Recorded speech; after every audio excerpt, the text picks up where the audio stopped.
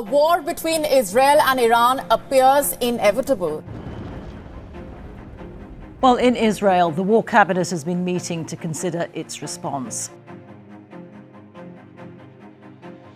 Israel has said that, quote, there will be a response to the Iranian missile attack, that coming from the Israeli military chief just moments ago.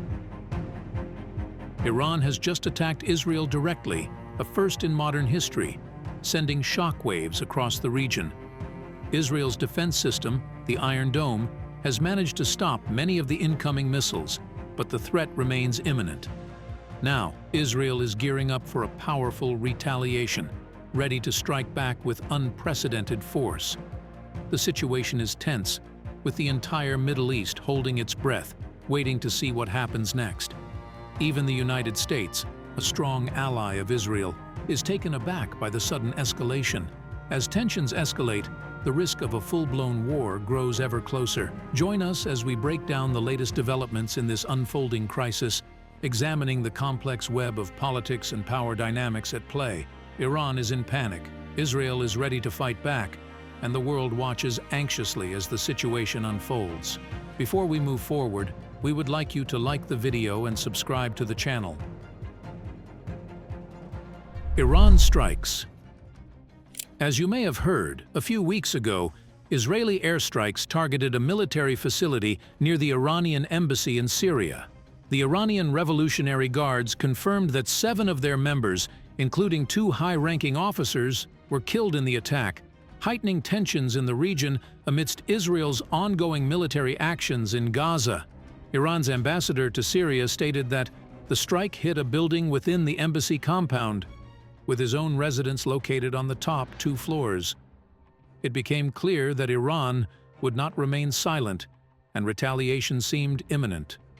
True to their word, Iran responded by launching drones and missiles toward Israel, following through on their vow to retaliate for the deadly strike on their consulate in Damascus, Syria. This marks the first direct attack by Iran on Israel.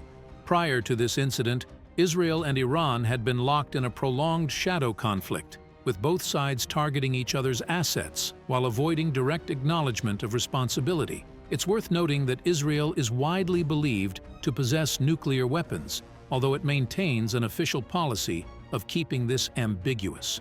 On the other hand, Iran denies having nuclear weapons and insists that its civilian nuclear program is purely for peaceful purposes, rejecting accusations of seeking nuclear armament.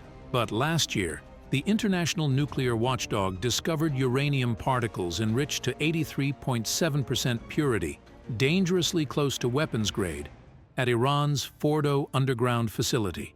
Iran attributed this to unintended fluctuations in enrichment levels. For over 2 years, Iran has openly been enriching uranium to 60% purity, a clear violation of the 2015 nuclear agreement with world powers. This agreement has been teetering on the edge of collapse ever since former U.S. President Donald Trump unilaterally withdrew from it in 2018, reapplying severe sanctions on Iran. It's worth mentioning that Israel had opposed the nuclear deal from the outset. Nevertheless, Israel is about to retaliate, and this might shock everybody, including Iran. Israel is about to retaliate. Israel's war cabinet, gathering for the 3rd time to deliberate on a response to Iran's unprecedented direct assault, postponed its decision until the following day. Meanwhile, Western allies considered implementing swift sanctions against Tehran to dissuade Israel from escalating the situation further.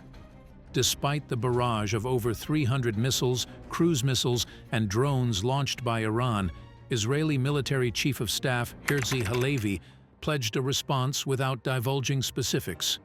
President Joe Biden assured Israeli Prime Minister Benjamin Netanyahu that the United States, Israel's primary ally, would not join in any Israeli retaliatory action. Instead, in collaboration with European partners, Washington sought to intensify economic and political sanctions against Iran in hopes of deterring Israel from opting for a massive retaliation.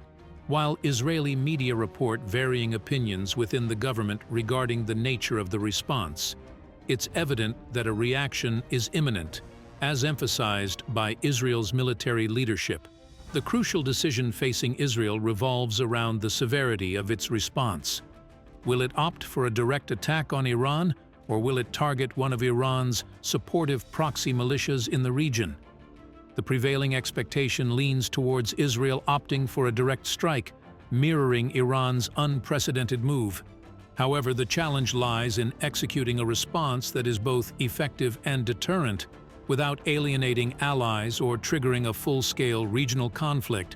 Striking this delicate balance will be paramount for Israeli decision-makers as they navigate the complexities of the situation. To determine how Israel might react to the recent attack, analysts have examined Israel's own strike on the Iranian consulate on April 1st. That attack, which resulted in the deaths of 2 Islamic Revolutionary Guard Corps (IRGC) generals and 5 officers, was carried out with little concern for Israel's allies, who were only notified shortly before the attack, according to at least one analyst Al Jazeera spoke with. Hamidreza Azizi, a visiting fellow at SWP Berlin, outlined 2 scenarios based on the motivations behind Israel's attack on the Iranian consulate. In the first scenario, the Israeli strike was undertaken with little consideration for the consequences. In the second scenario, the strike was a deliberate effort to provoke Iran into a regional conflict and divert U.S. and Western attention away from Israel's Gaza operations and towards Iran, often depicted as a regional threat. In either case, U.S. involvement would be crucial. Despite being a regional power, Israel, strained by 6 months of conflict in Gaza, would face significant challenges against Iran's substantial military, comprising at least 580,000 active duty personnel and around 200,000 trained reserve forces within both the Army and the IRGC. According to Nomi Bar Yaakov, an associate fellow at Chatham House, Netanyahu's strategy is evident: to divert attention away from the conflict in Gaza and to involve the U.S. and other Western allies in the Middle East once again. Considering the strong ties between Israel and the U.S., as well as Israel's reliance on U.S. assistance, Bar Yaakov argues that Israel should have notified the U.S. before launching the attack on the Iranian consulate, where the IRGC is situated. By failing to do so, Israel crossed a significant threshold. Bar Yaakov contends that Israel's motivations behind the attack warrant scrutiny. Attacking a foreign consulate is considered an act of aggression on foreign soil under international law. It's apparent that Netanyahu understood the implications of this action and anticipated a forceful response from Iran. Directly targeting Iran would undoubtedly be a significant escalation, with far-reaching implications. Iran boasts a formidable military, including a standing army of over 500,000 personnel, supported by a substantial reserve force. The Islamic Revolutionary Guard Corps (IRGC), Iran's elite military unit, is highly trained and well-equipped with access to advanced weaponry. Iran's ballistic missile arsenal is particularly noteworthy, with capabilities to strike targets hundreds of kilometers away. Additionally, Iran's nuclear program, while officially civilian in nature, presents a persistent concern for regional stability. On the other hand, launching a direct attack on Iran would invite swift retaliation and could potentially escalate into a full-scale regional conflict. Israel's military capabilities are formidable in their own right, with a technologically advanced air force and a reputation for precision strikes. However, Iran's sheer size and military infrastructure pose significant challenges. Furthermore, such an action could strain Israel's relationships with its allies, particularly the United States, and risk drawing other regional actors into the fray. Alternatively, targeting Iranian proxies in Syria or Lebanon offers a more localized approach with potentially less dire consequences. Both countries host a network of Iranian-backed militias, including Hezbollah in Lebanon and various Shiite militias in Syria. These proxies have long been a thorn in Israel's side, launching sporadic attacks and serving as proxies for Iranian interests in the region. While not as well equipped as the Iranian military, these groups still pose a significant threat, with access to rockets, missiles, and guerrilla tactics. By striking Iranian proxies, Israel could send a strong message of deterrence while minimizing the risk of wider conflict. The recent strike on the Iranian consulate in Syria serves as a precedent for such targeted actions. However, this approach is not without its challenges. Hezbollah, in particular, is a well-established and entrenched paramilitary organization with extensive support from Iran. Any attack on Lebanese soil risks triggering a swift and violent response from Hezbollah, potentially escalating into a broader conflict. Ultimately, Israel's decision will hinge on a careful assessment of the risks and benefits of each option.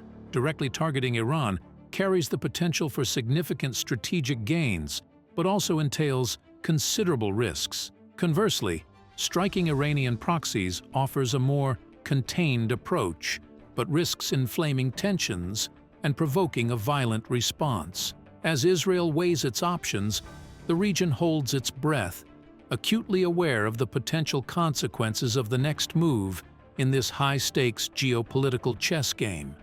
Amidst the escalating tensions in the Middle East, the importance of de-escalation cannot be overstated, especially considering its significant implications for global oil prices and the economy at large. Any further escalation of conflict in the region could disrupt vital oil supply routes, leading to supply shortages and price spikes in the international oil market.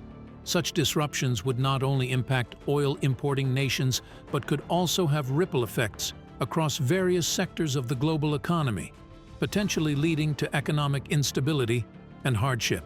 Therefore, it is imperative for all parties involved to prioritize diplomatic efforts and seek peaceful resolutions to the ongoing crisis.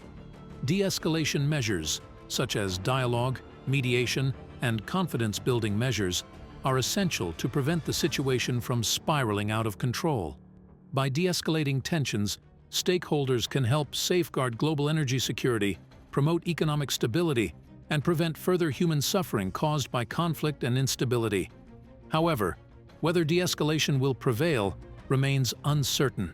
The complex geopolitical dynamics and deep-rooted animosities in the region make it challenging to achieve lasting peace and stability. Moreover, the interests and agendas of various actors involved further complicate the situation. Nonetheless, concerted international efforts, including diplomatic initiatives and multilateral dialogue, offer a glimmer of hope for a peaceful resolution. What are your thoughts on the matter? Feel free to comment below, and don't forget to like and subscribe to the video for more insightful discussions on global affairs.